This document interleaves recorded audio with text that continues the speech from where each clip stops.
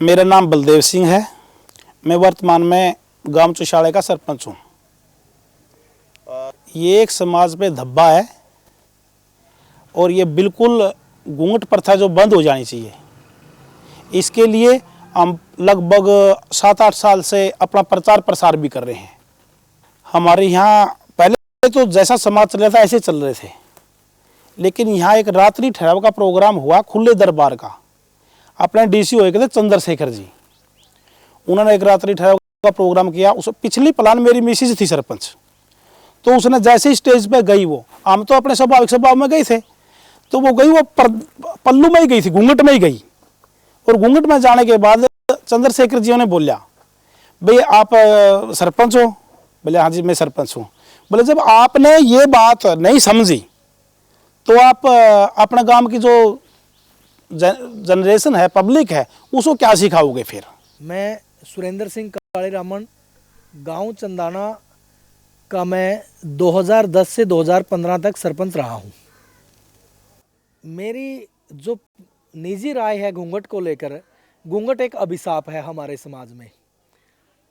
मुझे लगता है हरियाणा को घूंघट की आवश्यकता नहीं है, हिंदुस्तान को भी आवश्यकता नहीं है घूंघट की। घूंघट पुराने ज़माने का था, जब मुगलों के ज़माने से घूंघट मेरे हिसाब से आया, जो हमने पुस्तकों में पढ़ा है।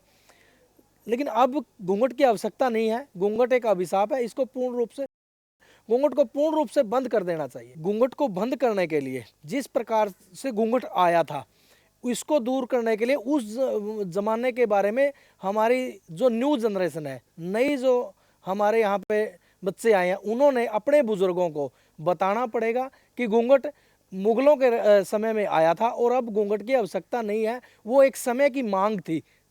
सबसे पहले संपूर्ण नारी जाति को मेरा प्रणाम। और आज का मेरा मेन मुद्दा है पर्दा प्रथा। कुछ महिलाएं तो यहाँ बैठी हैं जो हमारी टीम है, हमारे साथ जुड़ी हुई हैं, उन्होंने पर्दा प्रथा पे काम किया है हमारे साथ बहुत।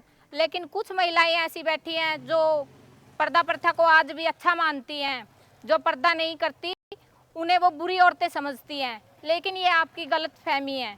वो बोलती हैं कि जो आंखों की शर्म होती है वो पर्दे से होती है, लेकिन ये गलत है। पर्दे से आंखों की शर्म नहीं होती, आंखों की शर्म तो आंखों से ही होती है। पर्दा करने से कोई इज्जतदार नहीं बन जाता और पर्दा घूंघट खोलने से कोई बेशर्म नहीं हो जाता। देखिए मेरा खुद का अनुभव है, जैसे शादी के बाद शुरुआत में मैं भी घूंघट करती थी, लेकिन चंद्रशेखर जी ने यहाँ रात्रि ठहराव का कार्यक्रम किया था, जिसमें उन्होंने मुझे मोटिवेट किया था। उसके बाद हमने कितने प्रोग्राम किए, रैलियां की, और करते ही रहते हैं। हम लोगों को जागरूक करते हैं और आज हमारे गांव में 50% पर्दे खुल चुके हैं।